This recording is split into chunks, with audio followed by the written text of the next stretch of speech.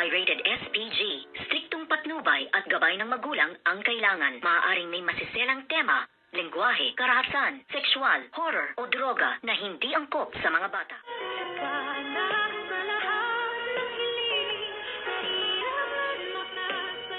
Good morning and welcome sa aking munting channel. Isang malaking dagok ngayon ang dadanasin ni Doktora Annalyn Santos na ang ating bidang-bida dahil nga sa planong gagawin nga nitong si Zoe nang siya nga ay pumunta sa CR at nag-iiyak at nagsusumigaw doon.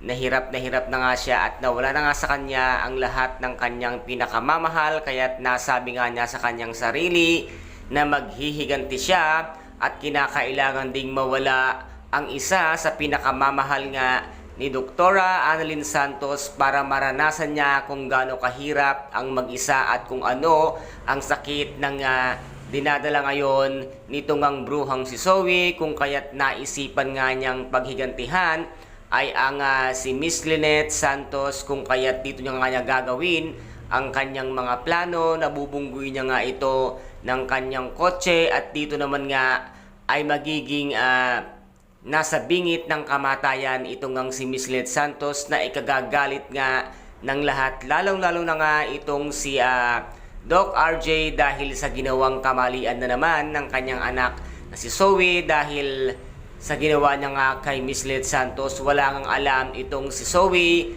na pag si Lynette ang nasaktan ay dito na tuluyang magagalit ng husto si Doc RJ dahil si Miss Lynette Santos ay isa sa kanyang pinakamamahal na hindi niya nga kayang mawala sa kanyang buhay. At dito naman ay nakita nga ni Madam Chantal itong si Zoe na lumabas nga ng CR at mugto ang mga mata at galing nga ito sa pag-iyak, kaya tinanong niya nga ito kung ano ang nangyari, kung bakit namamugto ang kanyang mga mata.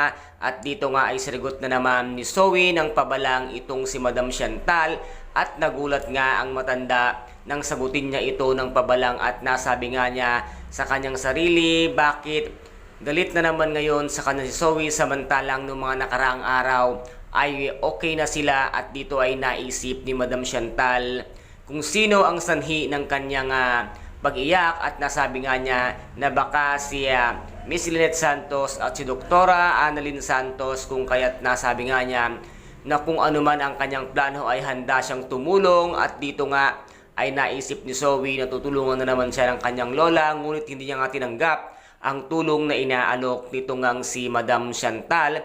At wala ding kalam-alam si Madam Chantal na meron na pala itong isang plano para nga sagasaan si Miss Lynette Santos. At ito naman ang ikagagalit na ng lahat, lalong-lalo nga si Doc RJ at si Miss Giselle Tanyag, dahil si Miss Lynette Santos ay napaka-importante nga sa kanila, kaya't dito nila maiisipang ipahuli at tuluyan na ngang ipakulong ang nasisiraan at nababaliw na ngang si Zoe. Kung kaya't dito ngayon si Zoe ay magsisisi sa kanyang nagawa dahil sa bugso ng kanyang damdamin at sa galit nga niya sa pagkawala nga ng kanyang minamahal na si Dax at sa pagkawala ng kanyang anak sa kanyang sinapupunan na si Doktora Annalyn Santos. Ang kanyang sinisisi sa lahat nga ng nangyayari sa kanyang buhay, kung kaya't nais nga din sana niyang si Doktora Annalyn Santos ay magdusa sa lahat